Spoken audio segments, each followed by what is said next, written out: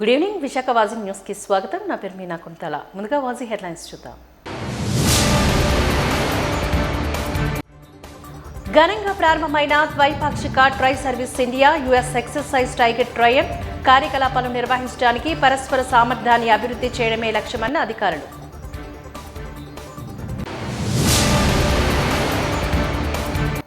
Municipal కార్మికులను వెంటనే permanent చేయాలని, లేని పక్షంలో పెద్ద ఎత్తున ఆందోళన చేపడతామన్న మున్సిపల్ కార్మిక నాయకులు.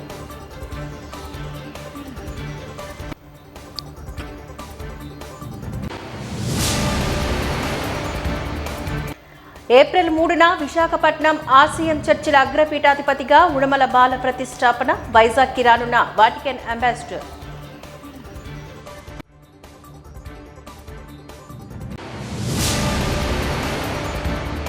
ఇక డీటెయిల్స్ చూద్దాం. ద్వైపాక్షిక ట్రై సర్వీస్ ఇండియా యుఎస్ మానవతా సహాయం మరియు విపత్తు సహాయ కార్యక్రమం ఎక్సర్సైజ్ టైగర్ ట్రైప్ 4వ ఎడిషన్ విశాఖపట్నంలో ప్రారంభమైంది. రెండు దేశాల మధ్య మానవతా సహాయం మరియు విపత్తు సహాయ కార్యకలాపాలను నిర్వహించడానికై పరస్పర సామర్థ్యాన్ని అభివృద్ధి చేయడం మరియు ప్రామాణిక ఆపరేటింగ్ విధానాలు రూపొందించడం ఈ వ్యాయామ లక్ష్యం అంటూ నేవీ అధికారులు తెలిపారు. 15 రోజుల పాటు జరిగే ఈ విన్యాసంలోని భారత నౌకాదళ నౌకలు జలశ్వ, గరియల్ మరియు ముంబైలు ఇంట్రియల్ హెలికాప్టర్తో పాటు పాల్గొంటాయి. భారత వైమానిక దళానికి చెందిన C-130 P-858I విమానాలు, MI-17 హెలికాప్టర్లు మరియు భారత సైన్యంలోని 91వ దళ బ్రిగేడ్ మరియు 12వ మెక్ బదాదిదళ బెటాలియన్ కూడా ఈ విన్యాసంలో పాల్గొంటాయి. యుఎస్ వైపు నుంచి యుఎస్ నావికాదళ నౌకలు కామ్స్టాక్ మరియు రాల్ఫ్ జాన్సన్ ప్రాతినిధ్యం వహిస్తాయి. ఈ విన్యాసం పరస్పర సామర్థ్యాన్ని బలోపేతం చేయడమే కాకుండా విపత్తు, ఉపశమనం మరియు రక్షణలో సమన్వయ ప్రతిస్పందనకు సహాయపడుతుంది అంటూ ముఖ్య వక్తలు తెలియజేశారు.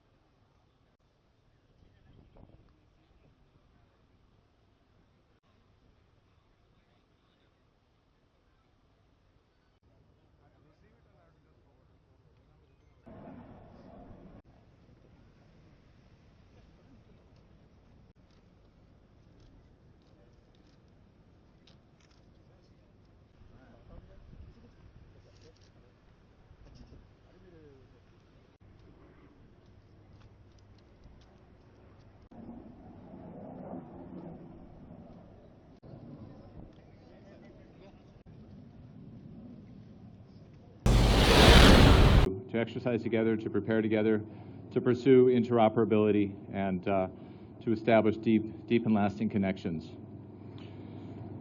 This exercise is a great example of how, working together, we can partner in times of humanitarian crisis to provide support. And of course, it's a sobering reminder of the need for such cooperation that we saw this horrific earthquake in Myanmar a week ago. And so, I think it underscores the need for our two militaries to be prepared, to be interoperable, and to be experienced in working together to help solve humanitarian crises here in the region and perhaps throughout the world. I understand yesterday a United States C-130 transport aircraft arrived and transloaded cargo to an Indian C-130, speaking of interoperability, and that the Indian aircraft then took that cargo onward to its destination. So just another example of the kind of logistical cooperation that enables us to work together for humanitarian crises. So this is a great start, and I know that the exercise will play out over 2 weeks. I look forward to seeing and hearing the results. I can assure you that as our leaders have already met in Washington and are prepared again to meet later this year, that the defense relationship, this major defense partnership that India enjoys with the United States has never been more robust, and that the opportunities for growing that partnership are there before us. And I know my political leadership is very interested in making sure that the U.S.-India defense relationship gets only stronger, only deeper as we work together. So thank you for all that you are about to do in these exercises. Thank you to our host, Admiral Saxena. It's great to meet you today and your leadership. And thank you for this opportunity to kickstart what should be an excellent exercise, Tiger Triumph 2025. Thank you very much. Affairs at the U.S. Embassy at New Delhi, Air Marshal Sandeep Thareja, DGMS Air Force, Rear Admiral Gregory Newkirk, the Commander Carrier Strike Group 5, Rear Admiral Sushil Menon, Flag Officer commanding Eastern Fleet. Delighted to be on board your flagship, the Jalashwa, and this is a ship that has the singular privilege and honor of having flown the ensign of both the United States Navy and the Indian Navy. On behalf of all of us, I thank the captain and his crew for hosting us today. To all of you distinguished flag officers, ladies, members of the media, officers and personnel of the Armed Forces of the United States of America and the Republic of India, Namaste. And a particularly warm welcome to Visakhapatnam, to all our American friends and outstation visitors. It is with a great sense of honor and optimism that I stand before you today to inaugurate the 4th edition of Exercise Tiger Triumph, a testament to the tremendous bond between our great nations, the world's oldest and the world's largest democracies. This exercise, uniting our navies, Marine Corps, armies, and air forces, is just not about military coordination or collaboration. It is a beacon of hope, a symbol of resilience, a celebration of shared values that define us as democratic, secular, pluralistic societies. Let me begin by echoing the words of two visionary leaders who championed this partnership. On February 13th, earlier this year, during his visit to Washington, D.C., Prime Minister Narendra Modi said, the partnership between India and the United States strengthens democracy and strengthens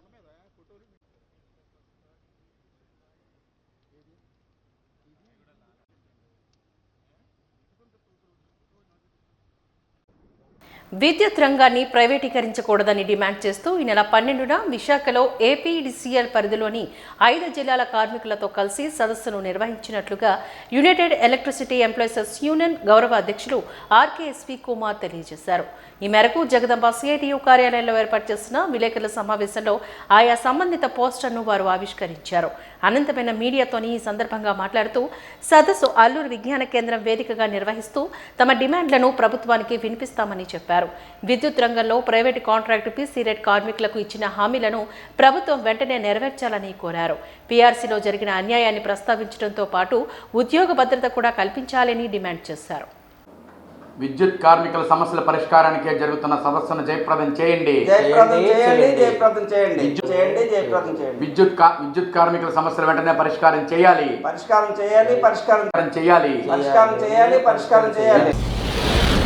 విద్యుత్ రంగంలో ప్రైవేటీకరణ విధానాలు ఆపాలని, విద్యుత్ కార్మికులు, permanent కార్మికులు, contract కార్మికులు, piece rate కార్మికులు ఎదుర్కొంటున్న సమస్యల్ని పరిష్కరించాలని కోరుతూ ఏపీ ఈపీడీఎస్ఎల్ పరిధిలో పాత 5 జిల్లాలు పరిధిలో ఒక సదస్సు అనేది ఏప్రిల్ 12వ తారీఖు నాడు అల్లూరు విజ్ఞాన కేంద్రంలో జరుగుతుంది.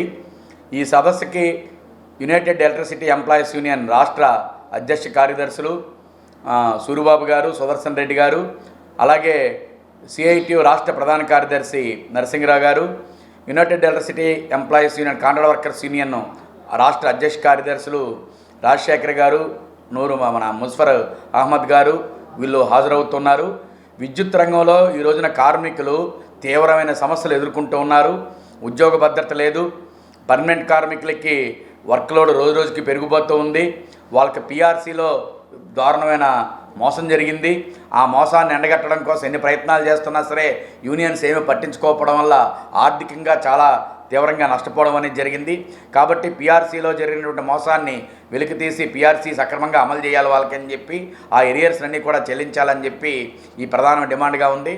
కాంట్రాక్ట్ కార్మికుల బతుకులైతే మరీ వర్ణనాతీతంగా ఉన్నాయి. ఎప్పుడు ఏ వర్కర్ ఏ క్షణంలో చనిపోతాడో అని దినదినగండం నూరేళ్ళ ఇలాగా ప్రాణాలు అరచేతిలో పెట్టుకొని విద్యుత్ కార్మికులు పనిచేస్తున్నారు. చనిపోయిన వాళ్ళ కుటుంబాలకు కూడా ఏ విధమైన న్యాయము జరగడం లేదు.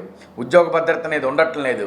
అలాగే కాంట్రాక్ట్ కార్మికులకు ఇవ్వాల్సిన సమాన పనికి సమాన వేతనం చెల్లించాలని సుప్రీంకోర్టు ఉత్తర్వులు ఉన్నా విద్యుత్ డిపార్ట్మెంట్లో అమలు చేయటం లేదు. గతంలో తెలంగాణ ప్రభుత్వంలాగే ఆంధ్ర రాష్ట్రంలో కూడా సంస్థలు విలీనం చేస్తాం అందరినీ అని చెప్పి రాష్ట్ర ప్రభుత్వం తెలియజేసింది. కానీ ఇప్పటికీ ఏ ఒక్క కార్మికుడిని సంస్థలు విలీనం చేయడం కానీ రెగ్యులర్ చేయడం కానీ చేయటం లేదు. ఆ రకంగా అతి తక్కువ వేతనాలతోటి స్కిల్డ్ బాగా చదువుకున్నటువంటి డిప్లొమాలు ఇంజనీరింగ్లు ఐటీఐలు చదువుకున్నటువంటి కార్మికులు కూడా అతి తక్కువ వేతనాలతోటి పనిచేస్తున్నారు. వీళ్ళకి జీతాల్లో కూడా వ్యత్యాసాలు చాలా తీవ్రంగా ఉన్నాయి. వాళ్ళకి పీఆర్సీ ప్రకారం దాదాపు 35,000 నుంచి 40,000 రూపాయల దాకా రావాల్సి ఉంటే ఈ రోజున కేవలం 25,000 రూపాయలు మాత్రమే చెల్లిస్తూ ఉన్నారు. గత 2 సంవత్సరాల నుంచి ఎరియర్స్ అనేది చెల్లించకుండా ఒక్కొక్క కార్మికుడికి దాదాపు 1,50,000 రూపాయలు లాస్ అయిన పరిస్థితి కనబడుతూ ఉంటుంది. అలాగే పీస్ రేట్ కార్మికులు ఎవరైతే మీటర్ రీడర్లు ఇంటింటికి వెళ్ళి విద్యుత్ మీటర్ రీడింగ్ తీస్తున్నారో ఇప్పుడు స్మార్ట్ మీటర్లు పెట్టడం వల్ల వాళ్ళ ఉద్యోగాలన్నీ పోయే ప్రమాదం ఏర్పడుతూ ఉంది. మరో పక్కన స్టోర్స్లో పనిచేస్తున్న హమాలీస్ లోడింగు అన్లోడింగు చేస్తూ ఉంటారు. 5 జిల్లాలకి కావాల్సిన ట్రాన్స్ఫార్మర్లు కానీ మిగతా ఎక్విప్మెంట్ అంతా లారీలతో దిగుమతి ఎగుమతి చేస్తుంటారు. వాళ్ళకి పీస్ రేట్ రోజు రోజుకి తగ్గిపోతూ ఉంది, పెరగాల్సిందల్లా పోయి. ఈ రకంగా ఉపాధి అనేది రోజు రోజుకి తగ్గుతుంది, పనిభారం పెరుగుతుంది, ఉద్యోగ భద్రత ఉండట్లేదు. కాబట్టి వీళ్ళందరికీ ఉద్యోగ భద్రత కల్పించాలని, పనిభారాన్ని తగ్గించాలని, పర్మనెంటు కాంట్రాక్టు ఏవైతే వేకెన్సీలు ఉన్నాయో ఆ వేకెన్సీలు వెంటనే భర్తీ చేయాలని, అలాగే పీఆర్సీని సక్రమంగా అమలు చేయాలని, సమాన పనికి సమాన వేతనం చెల్లించాలని ఇటువంటి అనేక డిమాండ్లతోటి రేపు ఏప్రిల్ 12వ తారీఖున ఏపీ ఈపీడీసీల పరిధిలో రాష్ట్ర సదస్సు అనేది జరుగుతుంది. ఈ సదస్సులో భవిష్యత్తులో ఈ విద్యుత్ కార్మికులు ఎదుర్కొన్న సమస్యల మీద కార్యాచరణ రూపొందించి పెద్ద ఎత్తున ఉద్యమం చేయాలని చెప్పేసి నిర్ణయం చేయబోతున్నాం. ఈ విద్యుత్ సంస్కరణలు పేరు చెప్పి మొత్తం విద్యుత్ డిపార్ట్మెంట్ని అంతా కూడా ప్రైవేటు వాళ్ళకి కట్టబెట్టాలని చెప్పి కేంద్ర రాష్ట్ర ప్రభుత్వాలు కుట్ర పన్నుతున్నాయి. ఇప్పటికే వినియోగదారుల మీద ప్రజల మీద విద్యుత్ ఛార్జీల భారం అనేది విపరీతంగా పెరుగుతూ ఉంది. ఈ సంస్కరణలు అమలు జరిగితే అటు వినియోగదారులతో పాటు విద్యుత్ కార్మికులకు కూడా తీవ్రంగా నష్టపోయే పరిస్థితి ఉంటుంది. కాబట్టి వీటన్నిటి మీద కింద దాకా ప్రచారం చేసి కార్మికుల్ని చైతన్యవంతం చేసి ఒక కార్యాచరణ తీసుకోవడం కోసం ఈ సదస్సు నిర్వహిస్తున్నాం. కాబట్టి విద్యుత్ రంగంలో పనిచేస్తున్న కాంట్రాక్ట్ కార్మికులు, పర్మనెంట్ కార్మికులు ఈ సదస్సులో పాల్గొని జయప్రదం చేయాలని మీ ద్వారా విజ్ఞప్తి చేస్తూ ఉన్నాం.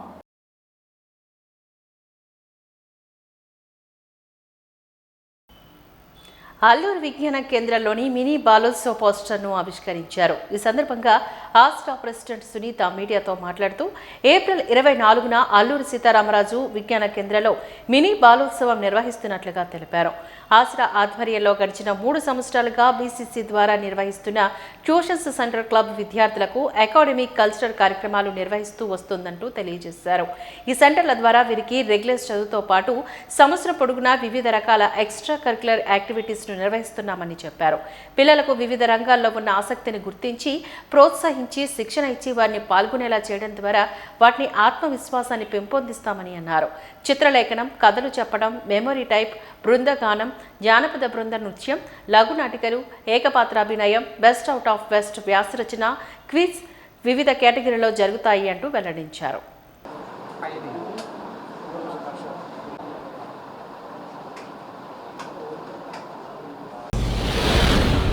పాస్ట్ 3 ఇయర్స్గా మేము స్లమ్ ఏరియాస్ పెద్దగంటియాడ నుంచి మధురవాడ వరకు ఒక 25 సెంటర్స్లో స్కూళ్ళ నుంచి పిల్లలు వచ్చి వాళ్ళకి ఆఫ్టర్ స్కూల్ అవర్స్ అని పెట్టామండి. ఎందుకంటే స్కూల్లో ఎడ్యుకేషన్ నేర్చుకుంటారు కానీ ఇంటికి వచ్చి హోంవర్క్ చేసుకోవడము ఇవన్నీ కూడా వాళ్ళకు ఉండకపోతే ఆ చదువుకి కంటిన్యూయేషన్ ఉండదు. నెక్స్ట్ డే స్కూల్కి వెళ్తే చైల్డ్కి అంత కన్ఫ్యూజనే. సో దానికి ఒక సొల్యూషన్గా ఈ ట్యూషన్ సెంటర్స్ చాలా బాగా పనిచేస్తున్నాయి. ఒక 500 మంది పిల్లలు ఈ బెనిఫిట్ పొందుతున్నారు. సో వీళ్ళకి ఏంటంటే మండే టు ఫ్రైడే వాళ్ళ స్కూల్ అవర్ ఉంటుంది. సాటర్డే వచ్చి వాళ్ళకి ఒక ఎక్స్ట్రా కరికులర్ యాక్టివిటీస్ నేర్చుకుంటారు. స్కూల్స్లో ఇవాళ రోజున విద్యా విధానంలో ఎక్కడ మార్కుల హడావిడి, మార్కుల వెంట పరుగు తప్ప పిల్లలకి ఇవేమీ చెప్పే వ్యవధి వాళ్ళకి ఉండట్లేదు. సో మేము వాటి మీద ఫోకస్ చేసి చైల్డ్ అవి నేర్చుకోవడం వల్ల వాళ్ళ చదువు మీద వాళ్ళు ఇంకా బాగా చేసుకోగలుగుతున్నారు. సో ఈ 24 ఏప్రిల్న వీళ్ళకి మినీ బాలోత్సవం కింద కండక్ట్ చేస్తున్నాము. మార్నింగ్ 9 నుంచి ఈవినింగ్ 5 వరకు అల్లూరు విజ్ఞాన కేంద్రంలో ఈ 25 సెంటర్స్ను వైజాగ్ చిల్డ్రన్స్ క్లబ్ వాళ్ళు ఇంకా కొన్ని సెంటర్స్ ఉన్నాయి విదిన్ ద సిటీ లిమిట్. ఈ పిల్లలందరికీ కూడా ఈ యాక్టివిటీస్ జరుగుతాయి.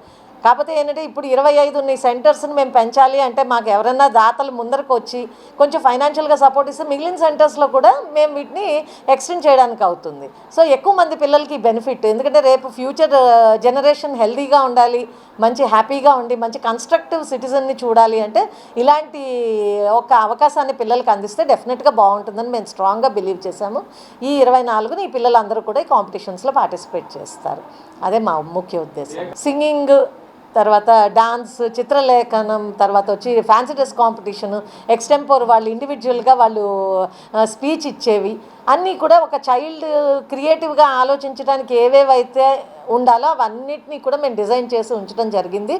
వాటన్నిటిలో కూడా వాళ్ళు పార్టిసిపేట్ చేస్తారు. ప్రాజెక్ట్స్ కూడా ఉంటాయి, సైన్స్ ప్రాజెక్ట్స్ కూడా వాళ్ళు ఇండివిజువల్ ప్రాజెక్ట్స్ చేసి తీసుకొస్తారు.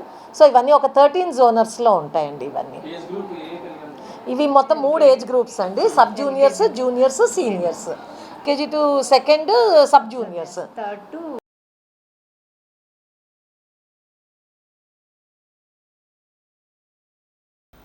మున్సిపల్ కార్మికులను వెంటనే పర్మనెంట్ చేయాలని, లేని పక్షంలో పెద్ద ఎత్తున ఆందోళన బాట పడతాము అంటూ విశాఖలో మున్సిపల్ కార్మికులు భారీ ర్యాలీ చేపట్టారు. DRM ఆఫీస్ మొదలుకొని జీవీఎంసీ గాంధీ విగ్రహం వరకు సాగిన ఈ ధర్నాలో జీవీఎంసీ మున్సిపల్ నాయకులు నూకరాజు మాట్లాడారు. ఆబ్కాస్ రద్దు నిర్ణయాన్ని ఉపసంహరించుకోవాలి అంటూ డిమాండ్ చేశారు. రద్దు చేయాలనే ఉద్దేశం ఉంటే తక్షణమే ప్రత్యామ్నాయ మార్గాలను కూడా చూపించి ఉద్యోగ భద్రతను కల్పించాలని వారు కోరారు.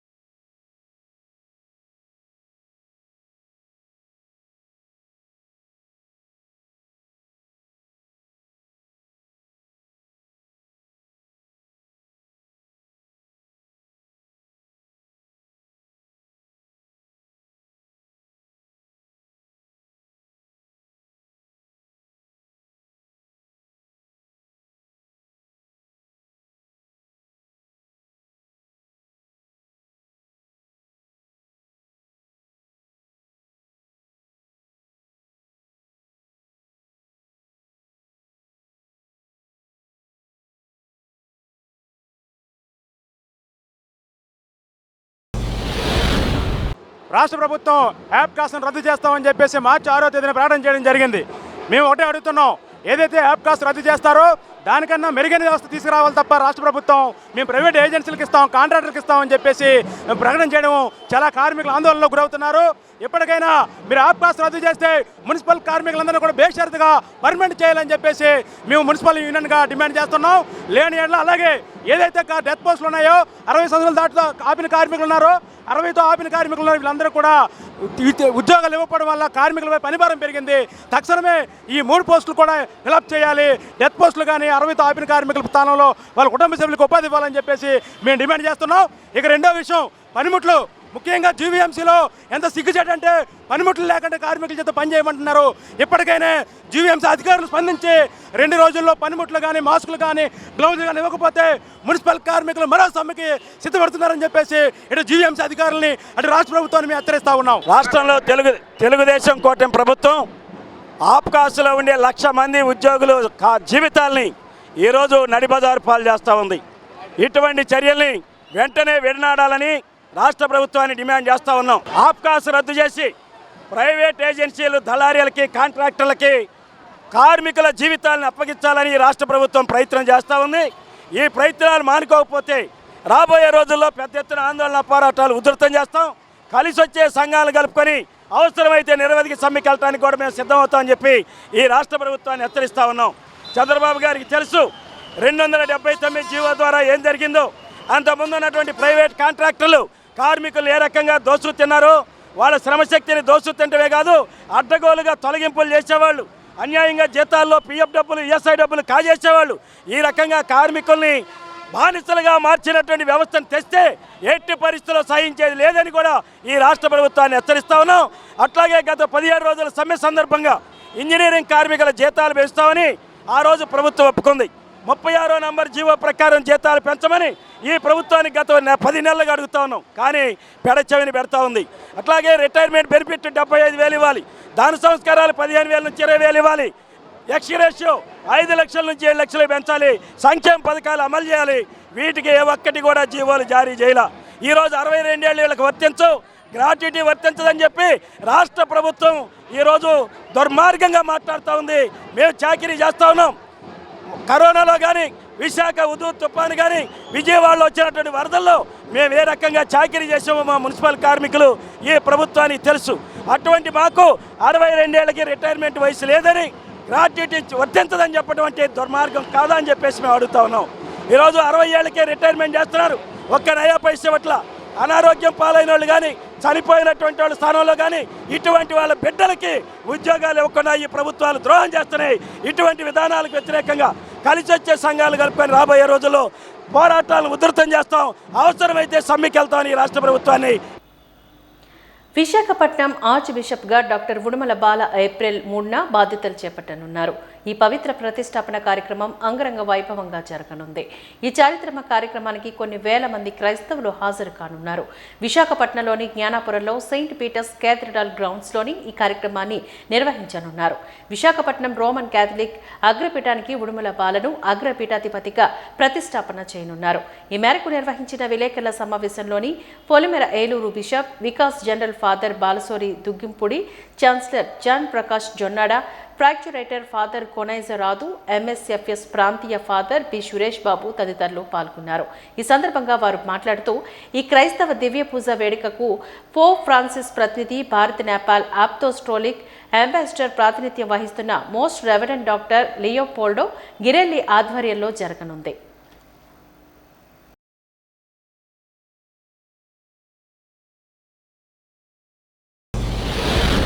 శుభములను ఆశీస్సులను తెలియజేస్తున్నాను.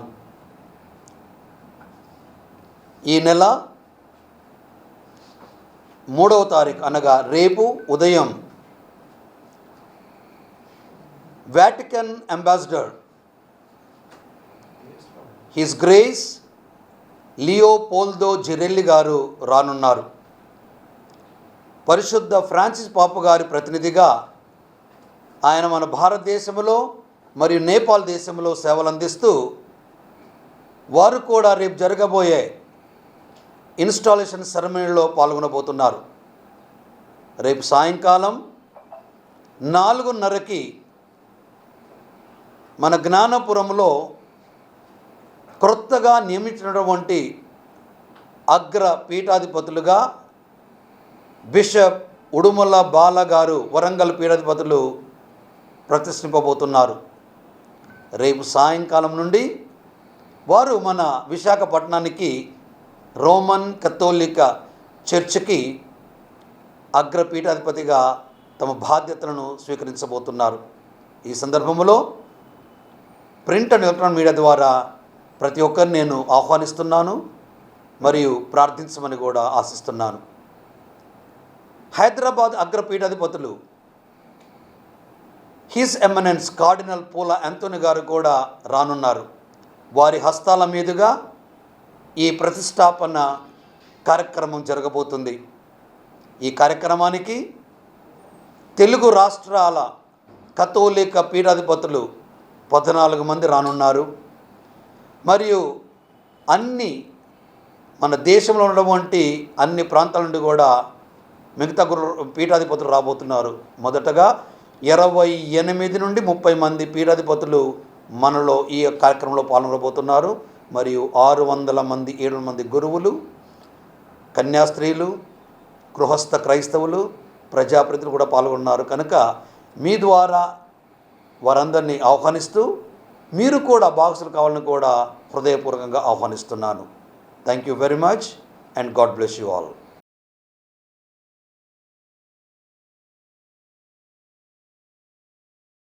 ఒడిశా ప్రజల సంస్కృతి సాంప్రదాయాలు ఉట్టిపడేలా వారు అత్యద్భుతమైన రుచులను స్థానిక ప్రజలకు తెలియజేసేలా ఉత్కల్ దివాస్ పేరుతో ఉత్కల్ సాంస్కృతిక సమాజ ఆధ్వర్యంలో ప్రత్యేక కార్యక్రమాన్ని నిర్వహించడం ఓ ఆనందంగా ఉందని చెప్పారు.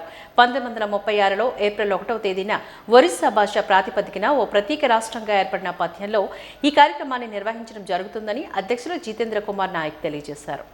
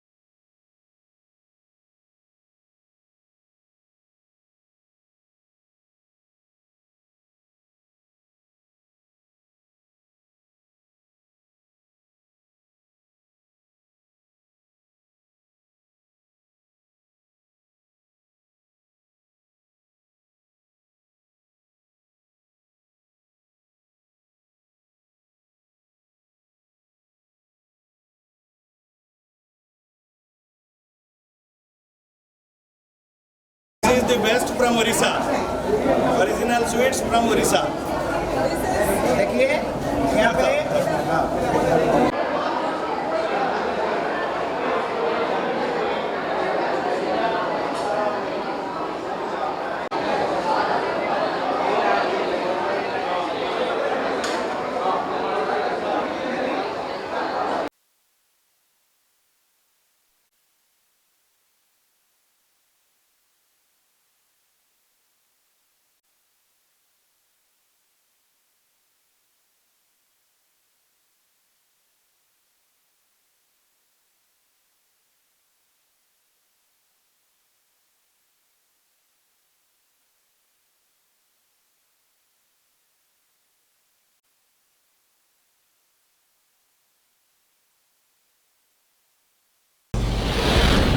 की जय जगन्नाथ स्वामी ఇక్కడ ఉత్కల్ సాంస్కృతిక సమాజ్ ఈ ప్రిమిసెస్లో ప్రతి సంవత్సరం లాగా ఒరిస్సా ఫర్మేషన్ డే ఉత్కల్ దివస్ అంటారు. ఈరోజు 1936లో ఒరిస్సా స్టేట్ యొక్క సెపరేట్ స్టేట్ కింద తయారు చేశారు.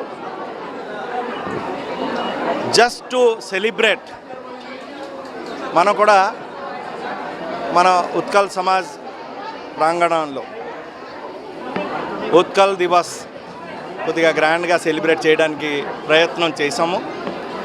ఒరిస్సా తాలూకా ఆల్ ఫుడ్ ఐటమ్స్ ప్రతివాడు ఇంట్లో తయారు చేసి తీసుకొచ్చాము.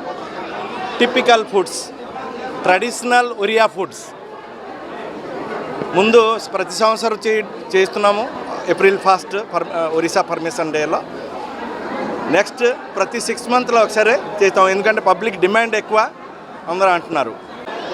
Every year 2 times minimum food festival చేయాలి అది మనం కమిటీ డిసిషన్ తీసుకున్నాం. ఒరియా ఫుడ్ కొద్దిగా అందరూ ఎంజాయ్ చేయండి. ఏం లేదు, ఒరిస్సా నుంచి చాలామంది ఇక్కడ ఉన్నారు. సుమారు 80,000 to 1 lakh persons Oriya people ఇక్కడ సెటిల్డ్ ఆల్మోస్ట్. ప్రతి జగ ఉన్నారు. రైల్వేలో ఉన్నారు, డాక్యార్డ్లో ఉన్నారు, షిప్పింగ్లో ఉన్నారు, customs, income tax, bank, hospitals, ప్రతి జగ Oriya people are there. We are celebrating. ఇక్కడ ఒరియా ఫుడ్స్ లోకల్ కమ్యూనిటీకి కూడా ఇవ్వాలి. You taste our food so that today we are celebrating Utkal Divas. Utkal Divas is a Orissa formation day. In 1936, Orissa got a special state. It formed as a separate state. Every year from the last 22 years, Utkal Sanskritik Samaj is celebrating on 1st April Odia Food Festival. All the members, ladies and gents get together to bring the traditional food, the traditional specialities of Odisha. Odisha has a very rich culture and tradition. Our culinary skills are brought in front of the public. We have chhena poda, poda pitha, rasgulla, kakra pitha, manda pitha, so many varieties we are bringing to the people of Andhra Pradesh, to the people of Vizag every year. As sir just described, there is so much demand for our Odia food that we have decided to have this festival twice. So we encourage all the people, and we are very happy that even our Telugu brothers and sisters are always very cooperative. They come to this event and enjoy the food. So we are very thankful to all of you. Big thanks to all the press for coming and covering this program, and we request you to please enjoy all the delicacy of Odisha. Jai Jagannath. Thank you.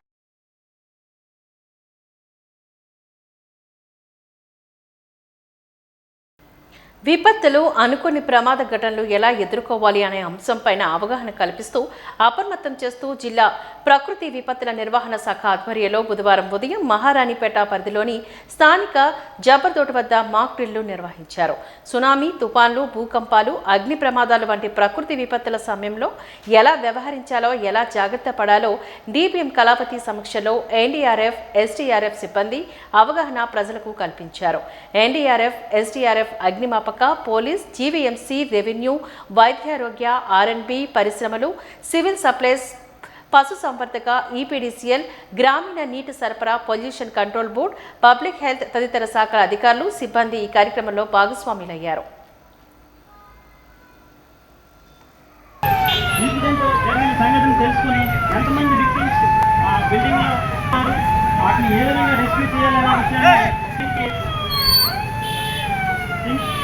టీంకి చెప్పడం జరుగుతుంది. Team leader వారు incident కమాండ్కి report చేసి ఏ విధంగా rescue చేస్తామని దాన్ని చెప్పడం జరిగింది. రెస్క్యూవర్స్కి బ్రీఫింగ్ ఇవ్వడం జరుగుతుంది. బయట ఎవరైనా విక్టిమ్స్ ఉన్నట్లయితే వారిని ఎవాక్యూట్ చేయడానికి, ఎవాక్యూషన్ అంటే లోపల పడిపోయిన విక్టిమ్స్ని బయటకు తీసుకురావాలని ఎవాక్యూషన్ అంటారు. వాళ్ళని ఎవాక్యూట్ చేయడానికి ఎవాక్యూషన్ టీము పరుగున ఘటనా స్థలానికి చేరుకోవడం జరిగింది. చేరుకున్న వెంటనే అక్కడున్న ఆర్ట్ని, అజెంట్ని తొలగించి ఆ ప్రమాదకర వస్తువులు ఏమైనా ఉంటే వాటిని తొలగించి విక్టిమ్స్ని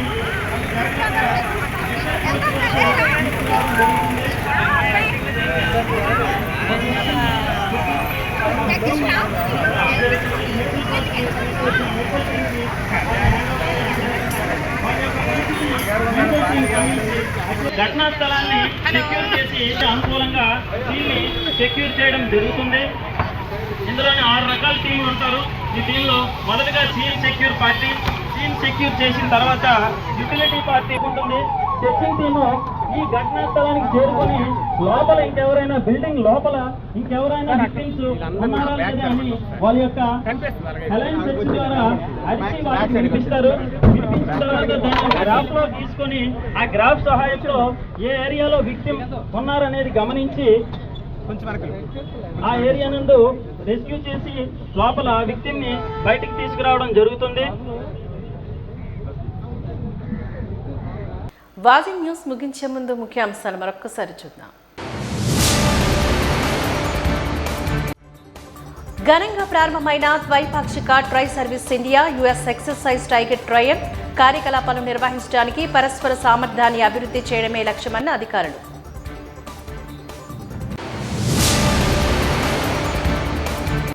మున్సిపల్ కార్మికులను వెంటనే పర్మనెంట్ చేయాలని, లేని పక్షంలో పెద్ద ఎత్తున ఆందోళన చేపడతామన్న మున్సిపల్ కార్మిక నాయకులు.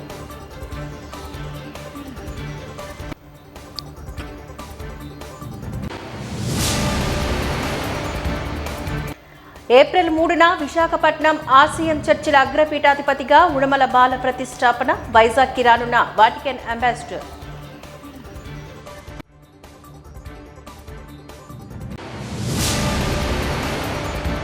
వాజీ న్యూస్ ఇంతటితో సమాప్తం. నమస్కారం.